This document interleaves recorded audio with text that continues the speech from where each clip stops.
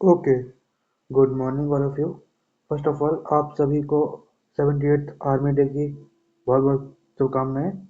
और जैसा कि आप लोग जानते हैं कि ये आर्मी डे हमारे के एम करियप्पा साहब जी जो first Indian commander in chief थे वो बने थे। इसी की वजह से ये मनाया जाता है 15 जनवरी को 1914 1949 में, जब इन्होंने वो पोस्ट संभाली थी। इसकी वजह से आर्मी डे मनाया जाता है।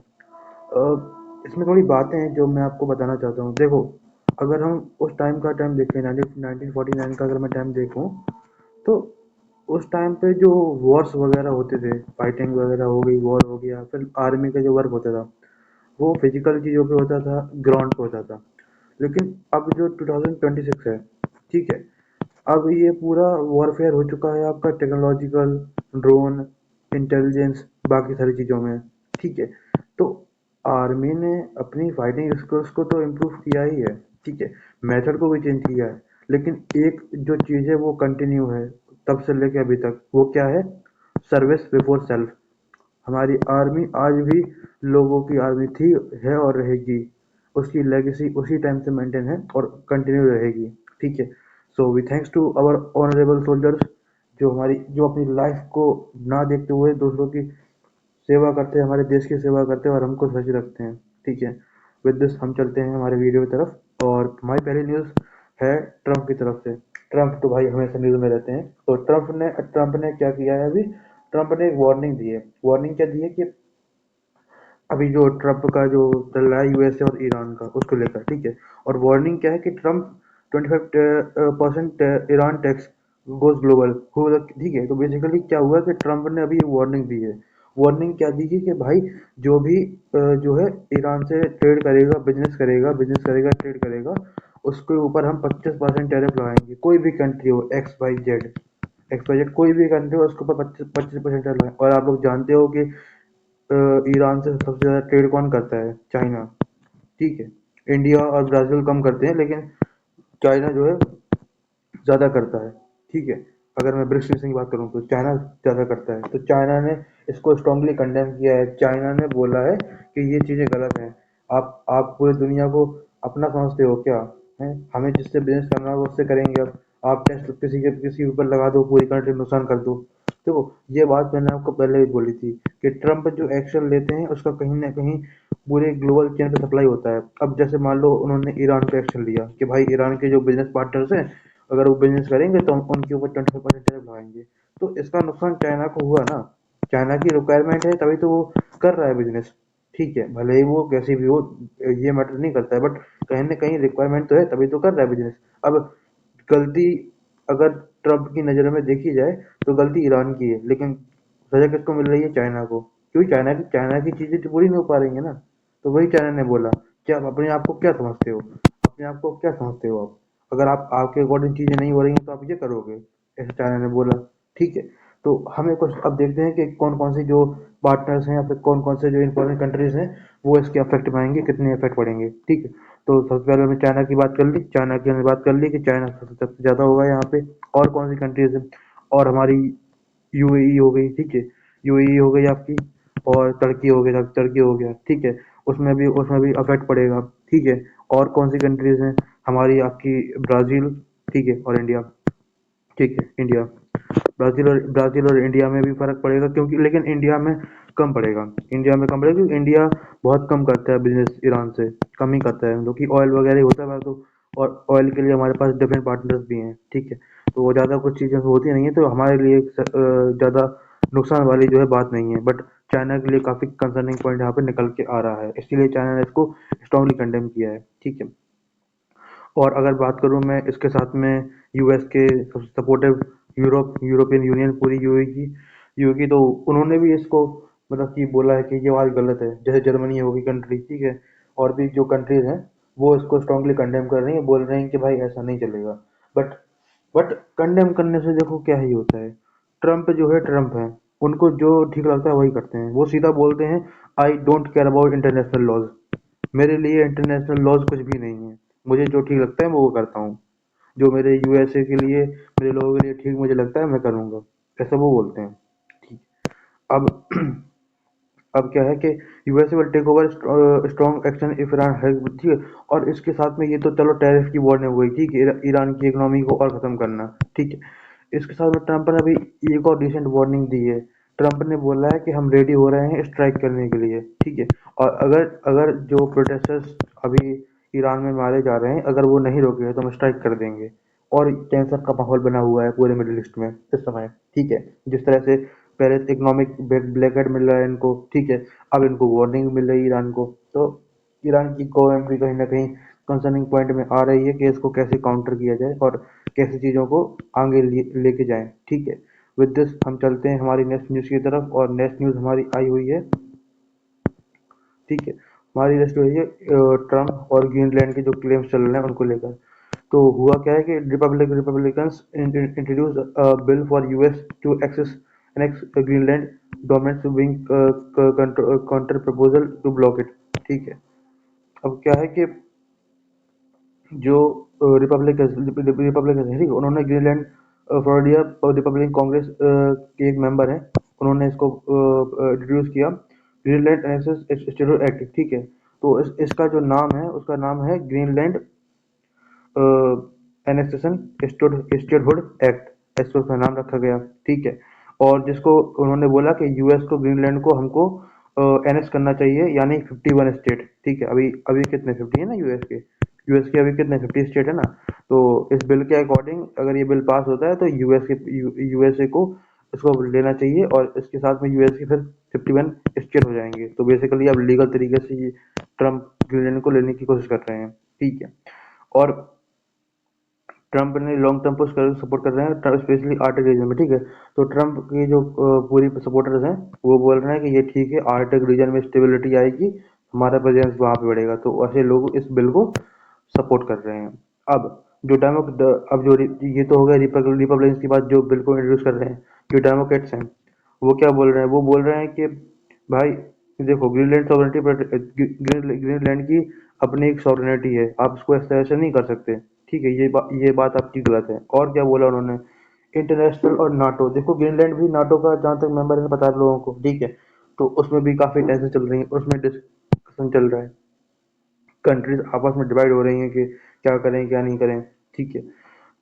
इसमें जो जब जैसे आपको पता होगा ग्रीनलैंड जो है डेनमार्क का पार्ट में आता है, डेनमार्क भी इसको स्ट्रांगली कंडेम कर रहा है, डेनमार्क ने फोर्स वहां पे डिप्लॉय कर रखी है।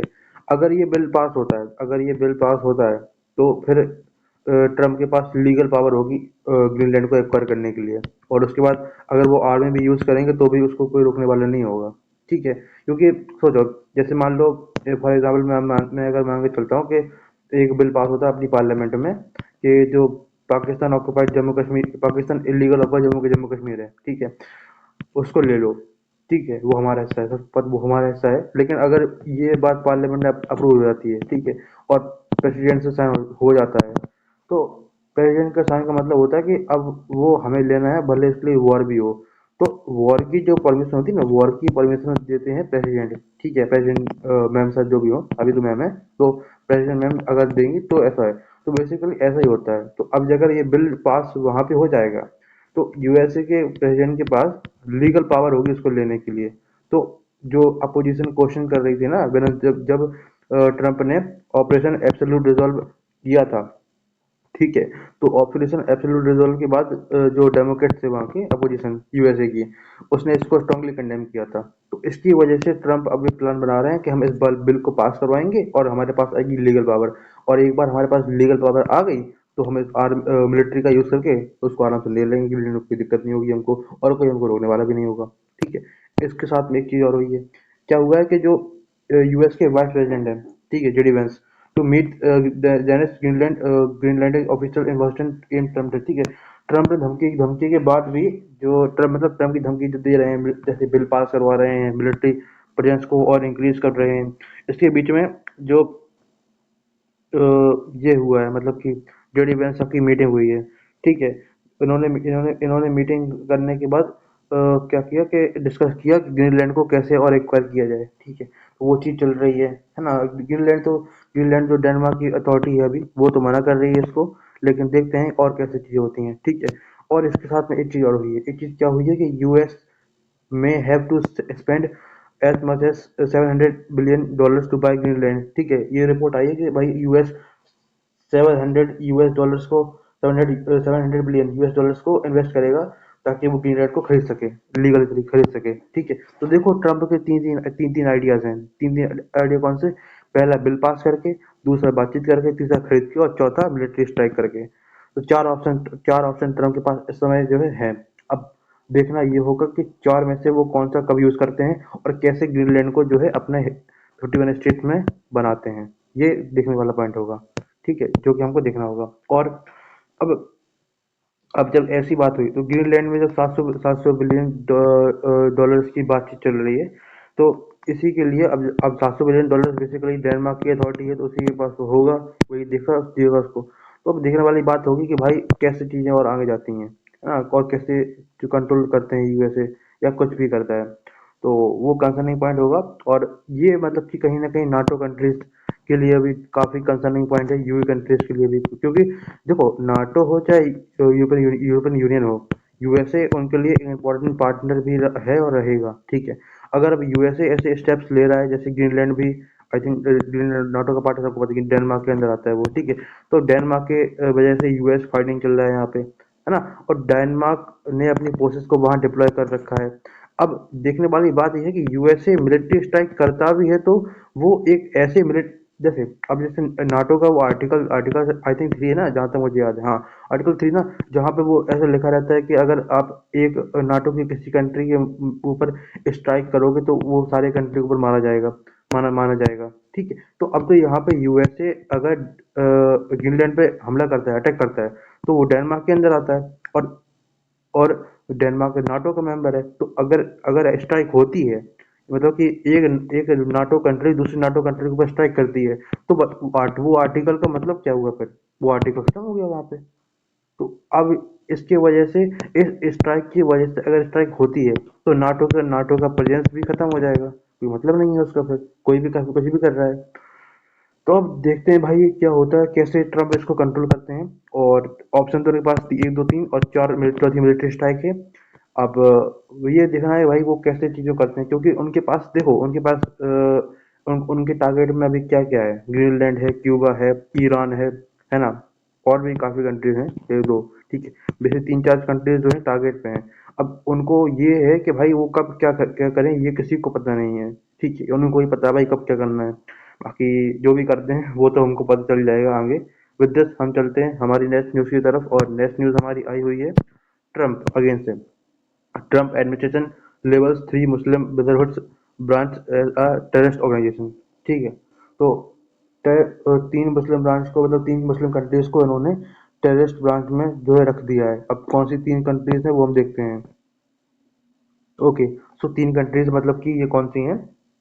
इसमें जो तीन कंट्रीज हैं उसमें आपकी जॉर्डन है, इजिप्ट है, और आपका लेबनान है। ठीक है, ये तीन कंट्रीज हैं जिनको इन्होंने अपनी टेररिस्ट लिस्ट में रखा है। ठीक है, और इन्होंने ट्रम्प एडमिनिस्ट्रेशन मतलब कि यूएस गवर्नमेंट ने बताया है कि ये तीन कंट्रीज के जो मतलब कि लोग बाग हैं, मतलब जो भी हैं, ये यूएस सिक्योरिटी के लिए काफी खतरा है, हम इसको मतलब कि टेररिस्ट लिस्ट में डालते हैं। ठीक है, इसके साथ में जो इस डिसीजन के बाद जब ये डिसीजन आया, तो यूएई और इजिप्ट ने इसको स्ट्रांगली सपोर्ट किया। मतलब यूएई और मतलब कि इजिप्ट ने इसको स्ट्रांगली सपोर्ट सपोर्ट किया, और उन्होंने बोला ठीक है भाई, कोई दिक्कत नहीं, बढ़िया है, हम इसको सपोर्ट करते हैं, है ना। और इसके साथ में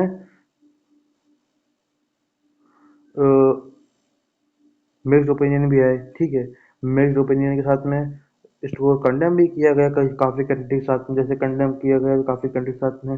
तो उसमें कि जैसे कतर हो गया, तुर्की हो गया, उसने इसको थोड़ा स्ट्रांगली बोला है। तो बेसिकली ट्रम्प मतलब हर जगह से कंट्रोल कर रहे हैं। अब देखो, जैसे मैं आपको बात दिखाऊं, अभी सोचो आप लोग, ईरान से वो लगे पड़े हैं, ठीक है, धमकी दे रहे हैं, ग्रीनलैंड ग्रीनलैंड पे कब्जा कर रहे हैं, क्यूबा पे कर रहे हैं, अब ये भी खोल दिया। तो ट्रम्प मतलब कि हर जगह पे कहीं ना कहीं जो है प्रॉब्लम क्रिएट कर रहे हैं किसी न किसी के लिए। और ये कहीं ना कहीं पता है साइन किसका है? ट्रम्प यूएसए को आइसोलेट करना चाहते हैं अकेला, कि भाई हम हैं तो कोई भी नहीं है।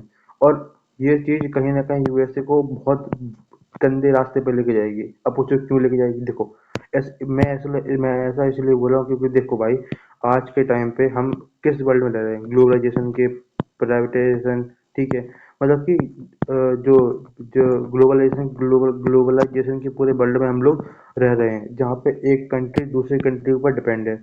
और अगर ट्रम्प ऐसे एक्शन लेंगे जहाँ पे वो किसी भी कंट्री को कभी भी कुछ भी बोलने का परेशान कर दें, किसी के ऊपर टैरिफ लगा दें, किसी का बिजनेस बंद कर दें, तो इससे कहीं ना कहीं पूरा वर्ल्ड ऑर्डर जो है वो कहीं ना कहीं खराब होता है। और अगर वर्ल्ड ऑर्डर खराब होता है ना, तो फिर हर कंट्री अपना अपना सोचती है, और जब हर कंट्री अपना अपना सोचती है तो वही तो वर्ल्ड वॉर का रीजन बनता है ना। क्योंकि क्योंकि क्योंकि जब आप वर्ल्ड ऑर्डर में, वर्ल्ड लॉ में कंट्रीब्यूट नहीं करोगे, ठीक है, तो आप अपने मन से चलोगे, फिर सारी कंट्रीज बोलेंगी भाई हम क्यों चलें, हम भी अपने मन से चल रहे हैं। और जब सब अपने अपने मन से चलेंगे, और जब कहीं ऐसा पॉइंट आएगा कि एक एक कंट्री दूसरी कंट्री के बीच में आएगी, वहीं फाइटिंग स्टार्ट हो जाएगी। फिर फिर जो कंट्री उसको सपोर्ट करेगी, वो वहां पे जाएंगी, वहां पे जाएंगी, फिर वर्ल्ड वॉर शुरू हो जाएगा।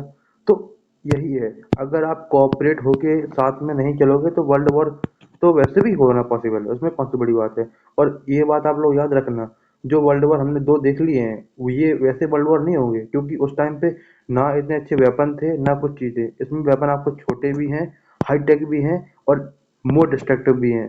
तो अगर वर्ल्ड वॉर होता भी है ना, तो काफी खतरनाक होने वाला है वर्ल्ड वॉर, ये बात कहीं ना कहीं देख लो आप लोग। और ट्रम्प है ना, वही कंडीशन फॉलो कर रहे हैं। ट्रम्प यूएसए को आइसोलेट करके पता नहीं क्या करना चाहते हैं।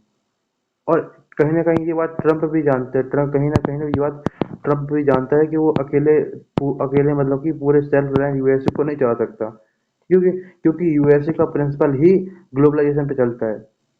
तो अगर वही कंट्री जो ग्लोबलाइजेशन को सपोर्ट करती है, प्राइवेटाइजेशन को सपोर्ट करती है, वही अगर आइसोलेट होगी, तो कैसे काम चलेगा। अब ये देखने पता नहीं Trump, I don't know what they think about it, but the point is that literally US is going to be isolate very soon. And from that point we the world is not ready to accept it, that's it. मतलब कि दुनिया जो है accept करने के लिए तैयार भी नहीं है इसको। But the point is that कि यूएसए भाई नहीं समझ रहा है, और इस यूएसए का मतलब कि ट्रम्प नहीं समझ रहा है, ठीक है। तो विद दिस हम चलते हैं हमारी नेक्स्ट न्यूज़ की तरफ, और नेक्स्ट न्यूज़ हमारी आई हुई है नॉर्थ कोरिया से, ठीक है। तो नॉर्थ कोरिया के बीच क्या हुआ है कि नॉर्थ कोरिया और साउथ कोरिया के बीच में 2018 में एक मिलिट्री मतलब कि एग्रीमेंट हुआ था। और वो बॉर्डर को लेकर, तो नॉर्थ कोरिया साउथ कोरिया की जो मिलिट्री मीटिंग होती है ना, हर कंट्री अपने बॉर्डर कंट्री के साथ में करती है। जैसे हम करते हैं म्यांमार इंडिया की, बांग्लादेश इंडिया की, चाइना इंडिया की। तो ऐसी मीटिंग ये भी करते हैं आपस में, मतलब मीटिंग वगैरह करके बॉर्डर में शांति कैसे लाई जाए, है ना, कंट्रीब्यूशन कैसे किया जाए। इसके साथ में जो टेंशन थी, ठीक है, वो टेंशन को उन्होंने बोला कि 2018 में हमने जो मीटिंग की थी ना, वो टेंशन कम करने के लिए थी। तो और दोबारा मीटिंग करते हैं और हम रिस्टोर करते हैं पीस को, ठीक है। और इसमें उन्होंने क्या किया, इन्होंने ड्रोन्स इंसिडेंट का एटमॉस्फेयर का कॉम्प्लेक्स बनाया, ठीक है। तो ड्रोन्स वगैरह का जो सर्विलांस चल रहा है दोनों कंट्री साइड में, उन्होंने बोला कि थोड़ा कम करो भाई, मतलब कि ज़्यादा टेंशन वाली सिचुएशन क्यों क्रिएट करना, ठीक है, कुछ मतलब नहीं है उससे।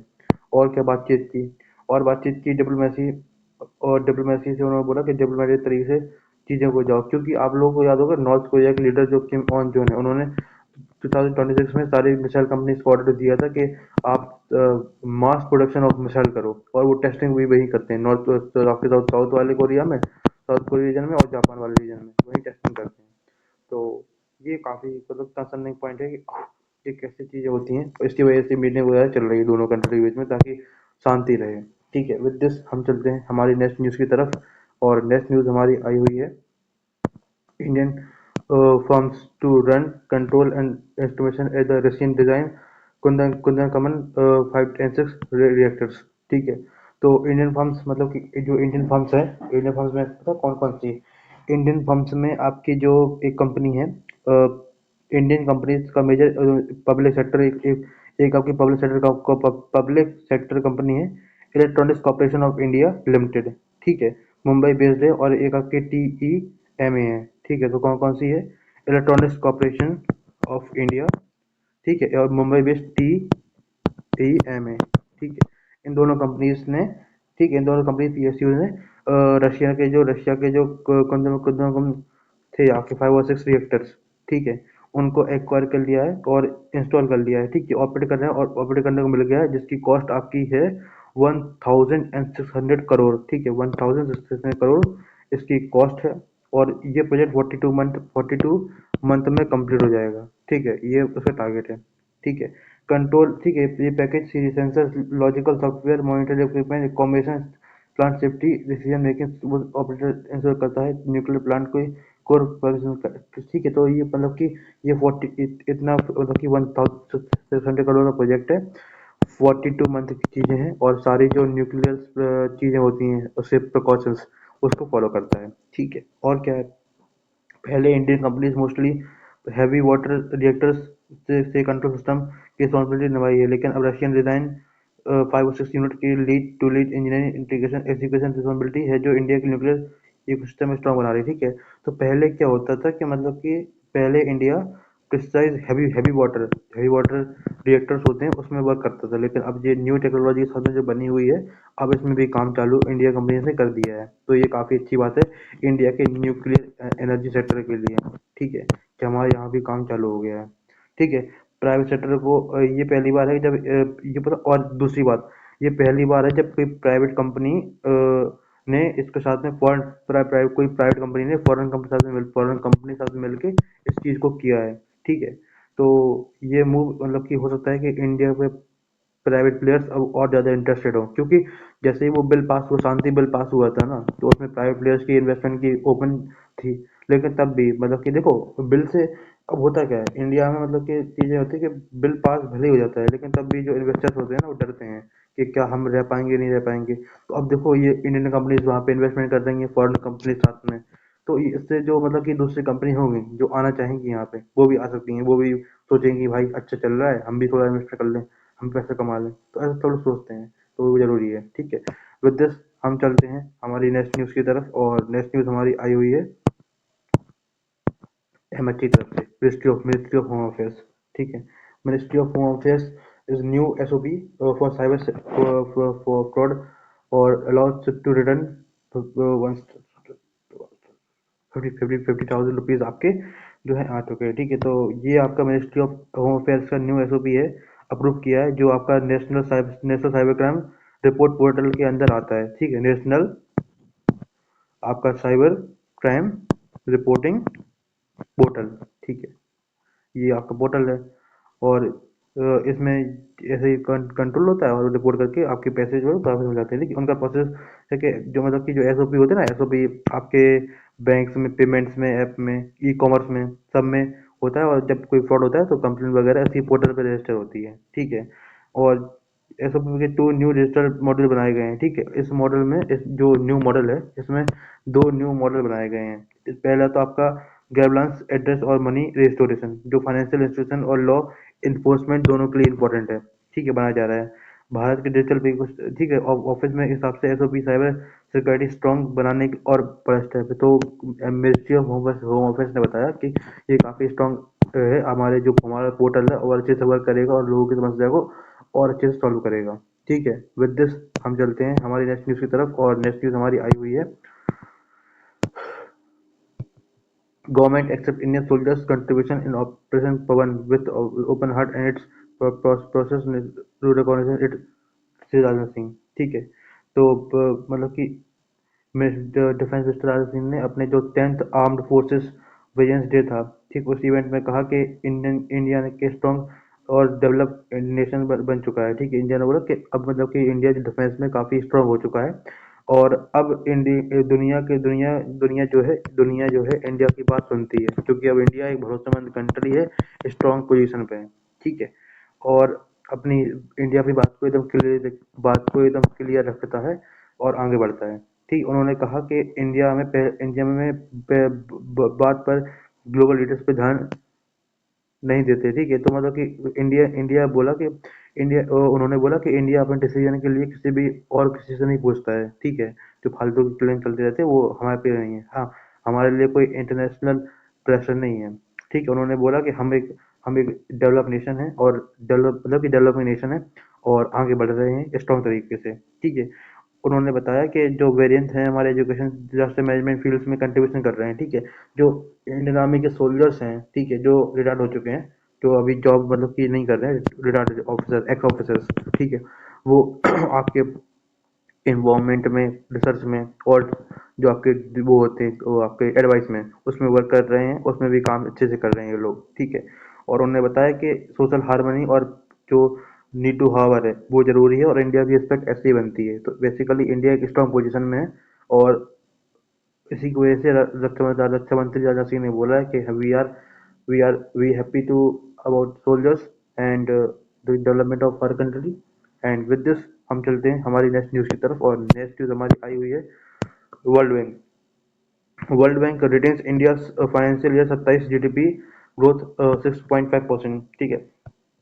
तो वर्ल्ड बैंक ने फाइनेंशियल ईयर 27 के लिए इंडिया की जो 2027 छब्बीस सत्ताईस जो है ना, उसके लिए प्रोडक्शन की, जीडीपी प्रोडक्शन की है, और वो है आपकी 6.5%, ठीक है। और इसके साथ में जो फाइनेंशियल 2026 का जो फाइनेंशियल ईयर ग्रोथ था उसमें वर्ल्ड बैंक का था, वो 7.2%, ठीक है। और इसमें जो वो है मतलब कि जो कम हुआ है वो थोड़ा टैरिफ वगैरह से है, और भी जो जियो पॉलिटिकल टेंशन है उसकी वजह से चीज़ें कम चल रही हैं, तो ये ऊपर नीचे होता रहता है, 6.75 कभी 7.2% ऐसा होता रहता है। तो ये है, बाकी तो एस्टिमेट चलते रहते हैं, वो तो कभी भी कवर कर लेती है कोई भी कंट्री। विद दिस हम चलते हैं हमारी नेक्स्ट न्यूज़ की तरफ, और नेक्स्ट न्यूज़ हमारी आई हुई है India Greece ties first ever joint services staff talks held in New Delhi defence corporation set to depend, ठीक है। तो इंडिया और ग्रीस ने अपनी पहली first ever ties service joint service ties staff talks को हेल्ड किया दिल्ली में। बड़ी अच्छी बात है कि हमारे अपनी पार्टनरशिप को और आगे बढ़ा रहे हैं, और डिफरेंट वेरिएंट में ऑप्शन से जा रहे हैं, ठीक है। और जब यही पहली बात हुई, तो जब ज्वाइंट सर्विस स्टाफ टॉक जो दिल्ली में हुई, दोनों मिलिट्री ऑफिसर्स ने आपस में बात की, डिफेंस कॉपरेशन पर बात की कि तो इंडिया ग्रीस कैसे डिफेंस कॉपरेशन कर सकता है, कैसे आगे बढ़ सकता है, ठीक है। टॉक्स में एक्शन प्रोग्राम हुए आपके केबल डेवलपमेंट और डिफेंस कॉपरेशन, उसमें बातचीत हुई, ठीक है। डेवलपमेंट करेंगे दोनों कंट्री मिलकर आपस में, और क्या करेंगे, दोनों साइड से डिफेंस एंगेजमेंट भी होगा, ठीक है। और क्या हो, रीजनल सिक्योरिटी के लिए भी काम करेंगे ये लोग, और क्या करेंगे मिलिट्री, और इसके साथ में ये लोग जो जो आपका मतलब कि मोमेंटम है उसको भी फॉलो करेंगे दोनों कंट्री साथ में मिलके, ठीक है। इसमें जो आपकी ओपन डील्स होगी, मतलब कि जैसे जो इंडिया की डिस्ट्रिक्ट डील्स होगी, डिफेंस डील हो गई, ठीक है, उसमें भी ये लोग इंटरेस्टेड हैं, बातचीत कर रहे हैं, और भी चीज़ें हैं जो लगे पड़े हैं आपस में, मतलब कि दोनों लोग बातचीत कर रहे हैं, और आगे जो है चीज़ों को आगे बढ़ा रहे हैं कि हम और भी क्या क्या कर सकते हैं, और कैसे दोनों कंट्री का फ़ायदा जो है कर सकते हैं। विद दिस हम चलते हैं हमारी लास्ट न्यूज़ की तरफ, और लास्ट न्यूज़ हमारी आई हुई है राफेल की तरफ से। वो 144 Rafale jets at 3.25 lakh crore, India's largest ever defence deal come to अब मिनिस्ट्री मीट, सेज रिपोर्ट, ठीक है। तो एक रिपोर्ट आई है, उसके हिसाब से मिनिस्ट्री ऑफ डिफेंस जो है अब ये 144 राफेल जेट्स लेने वाली है, जिसकी कॉस्ट होगी आपकी 3.5 लाख करोड़। ये अब ये इंडिया की लार्जेस्ट डिफेंस डील बनने जा रही है। तो ये काफ़ी अच्छा पॉइंट है कि भाई हम हमारी मिनिस्ट्री ऑफ डिफेंस इतना खर्चे कर रही है हमारे एयरफोर्स के लिए, ठीक है। इसमें जो प्लान है वो 12 से 18 jets might broad ready to fly away condition, ठीक है। इसमें जो 144 राफेल है ना, इसमें 12 से 18 राफेल हमको बिल्कुल तुरंत चाहिए, तुरंत हाल की हाल चाहिए, क्योंकि हमें भी स्क्वाड्रन में लगाना होगा ताकि जो प्रेजेंस है ना वो इंक्रीज हो सके, क्योंकि जैसे आपको पता हो चाइना चाइना बांग्लादेश पे हमको नजर रखनी पड़ती है, तो वो हमको चाहिए वहाँ पे। हाँ, और भी है, तो 12 से 18 तो हमको तुरंत चाहिए, बाकी विद द टाइम आते रहेंगे, ठीक है। और उन्होंने क्या बताया कि it finalize deal before it could India Rafale meet 176 jets, ठीक है। अर्ली 36 राफेल 26 अर्ली इनने भी, ठीक है। तो बेसिकली ये डील फाइनल होती है तो अबाउट इंडिया इंडिया के पास 176 जेट्स आ जाएंगे, जिसमें कि आपके 36 फॉर आईएएफ होंगे, और आपके जो 26 हैं वो इंडियन नेवी के लिए होंगे, ठीक है। इसमें इंडिया आस्किंग फॉर वेपन, पता है इंडिया ने एक बात और की है। चलो राफेल तो पता है आपको कितना बढ़िया फाइटर जेट है, इसमें जो राफेल है उसमें इंडियन वेपन सिस्टम वो भी लगाना है इनको, ठीक है। और Rafale platform under government to government deal में होगा, ठीक है। फ्रांस की जो डेसोल्ट कंपनी है ना, वो उसके साथ में डील करके इंडियन वेपन्स को इसमें लगा देंगे, ताकि और भी ज़्यादा खतरनाक ये फाइटर जेट बन जाए। ठीक है, तो ये अभी रिपोर्ट में है, अगर ये होता है तो काफ़ी अच्छी बात होगी एयरफोर्स और नेवी दोनों के लिए। विद दिस हम इस वीडियो खत्म करते हैं। Thank you so much. जय हिंद, जय भारत।